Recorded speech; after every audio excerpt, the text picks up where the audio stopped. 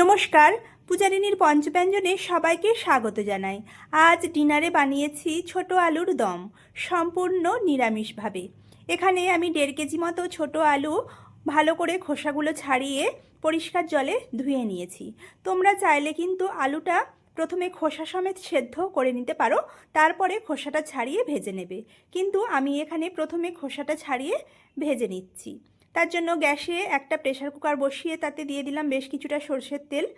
তেলটা গরম হলে এখন আমি ধুয়ে রাখা আলুগুলো দেখো ভালো করে 2 থেকে 3 মিনিট সময় নিয়ে মোটামুটি হালকা করে একটু ভেজে নিচ্ছি। দিয়ে দিচ্ছি হাফ চামচের মতো লবণ, এতে করে আলুর ভেতরে লবণটাও যাবে আর আলুগুলো তাড়াতাড়ি ভাজাও হয়ে যাবে। কিছুক্ষণ এইভাবে হালকা করে ভেজে নেওয়ার পরে দেখো আলুগুলো বেশ লাল লাল করে ভাজা হয়ে গেছে। এখন দিয়ে দিচ্ছি আমি জল। খুব বেশি জল দেব না, মোটামুটি আলুগুলো সেদ্ধ হয়ে যাবে সেই মতো জল দিয়ে এখন আমি ঢাকনা দিয়ে 2টো সিটি দিয়ে নেব। দেখো প্রেসার কুকারের ঢাকনাটা বন্ধ করে দিলাম। এখন আমি 2টো সিটি ওঠা পর্যন্ত অপেক্ষা করব। এরপরে প্রেসার কুকার থেকে সম্পূর্ণ স্টিমটা বেরিয়ে যাবে। এখন আমি এখানে নিয়ে নিয়েছি বেশ কিছুটা কাজু বাদাম, ওই 10 থেকে 12টার মতো ভাঙা কাজু বাদাম নিয়েছি, আর নিয়েছি 2 চামচ চারমগজদানা। এরপরে এখানে নিয়েছি আমি হাফ বাটি টক দই। এখন এই সব কিছু একসঙ্গে মিক্সিতে দিয়ে আমি পেস্ট করে নেব। এইদিকে দেখো প্রেসার কুকারের স্টিমটা বেরিয়ে গেছে। এখন আমি ঢাকনাটা খুলে নিলাম আর একটু চেক করে নিচ্ছি আলুগুলো ঠিকঠাক সেদ্ধ হয়েছে কিনা। দেখো আলুগুলো বেশ সেদ্ধ হয়ে গেছে। যেহেতু নতুন আলু তাই খুব বেশি গলে যাওয়ার ভয় নেই। এখন প্রেসার কুকারটা থেকে আলুগুলো ঢেলে নিয়ে আমি পরিষ্কার করে সর্ষের তেল কিছুটা দিয়েছি ফোড়নে গোটা জিরে, তেজপাতা, গোটা শুকনো লঙ্কা আর গোটা গরম মশলা। ফোড়নটা হালকা ভেজে নিয়ে এখানে আমি আদা আর কাঁচা লঙ্কার পেস্ট দিয়ে দিয়েছি। হাফ চামচ লবণ দিয়ে দিলাম, এতে করে আদাটা গায়ে ছিটিয়ে আসবে না। এখানে যেহেতু আলুটা আমার একটু বেশি তাই আদা আর কাঁচা লঙ্কার পেস্টটা আমি একটু বেশি দিয়েছি। দেখো এখন আদার কাঁচা গন্ধটা চলে যাওয়া পর্যন্ত কিছুক্ষণ এইভাবে ভেজে নিতে হবে। দিয়ে দিচ্ছি সামান্য একটু জল, এতে করে কুকারের তলায় আদাটা লেগে যাবে না।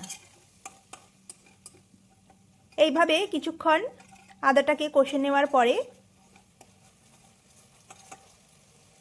দেখো দিয়ে দেব আমি এখানে 1 চামচ লাল লঙ্কার গুঁড়ো, সেটাকেও ভালো করে একটু মিশিয়ে নেব।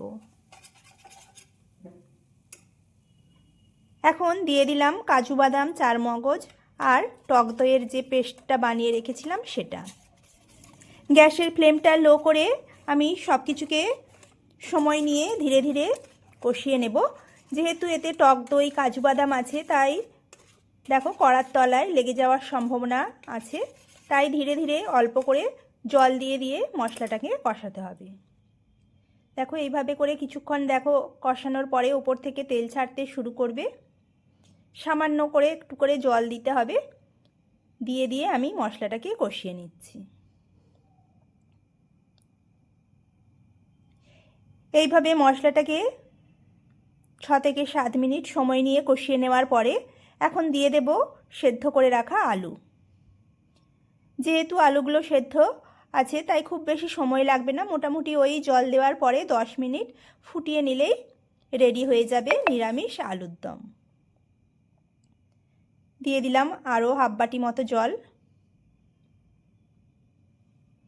এখন সব কিছুকে একবার মিশিয়ে নেব আর এই সময়েই একবার চেক করে নেব যে লবণটা ঠিকঠাক হয়েছে কিনা, কারণ যেহেতু আলুটা অনেকটাই বেশি আন্দাজ করে উঠতে পারিনি তাই আমার মনে হয়েছে আরও একটু লবণ লাগবে। আমি আরও হাফ চামচ লবণ দিয়ে দিলাম। তোমরাও কিন্তু এই সময় চেক করে দেখে নিতে পারো। এরপরে আমি হাই টু মিডিয়াম ফ্লেমে আলুগুলো আরও 10 মিনিট ফুটিয়ে নিয়েছি। এতে করে দেখো গ্রেভিটাও অনেকটা কমে গেছে আর আলুগুলো যতটা বাকি ছিল মোটামুটি ভালোই সেদ্ধ হয়ে গেছে। সবশেষে ওপর থেকে একটা ভাজা মশলা ছড়িয়ে দিলাম, ধনে জিরে মৌরি আর গোলমরিচ গুঁড়ো করে রেখেছিলাম ভেজে, হালকা ভেজে নিয়ে সেটা দিয়ে দিয়েছি। আর দিয়েছি 1 চামচ মতো কাসুরি মেথি। এতে করে আলুর দমের যে স্মেলটা আসে সেটা কিন্তু দারুণ সুন্দর হয় আর খেতেও খুবই টেস্টি হয়। দেখো এখন সব কিছুকে একবার ভালো করে মিশিয়ে নিচ্ছি। আরও 2-1 মিনিট ফুটিয়ে নেওয়ার পরে একদমই গরম গরম ছোট আলুর নিরামিষ আলুর দম আমার একদম রেডি। এটা কিন্তু রাতের ডিনারে তোমরা লুচি, রুটি, পরোটার সঙ্গে সার্ভ করতে পারো বা সকালের টিফিনেও খুবই সুন্দর লাগে। আজকের আমার রেসিপিটা তোমাদের কেমন লাগলো তোমরা অবশ্যই কমেন্টে জানিও। আর যদি ভালো লেগে থাকে একটা লাইক ও শেয়ার করে আমার পাশে থাকবে। আর যারা নতুন আমার চ্যানেলটি দেখছো তাদের কাছে আমার অনুরোধ, আমার চ্যানেলটিকে সাবস্ক্রাইব করে পাশে থাকার অনুরোধ রইল।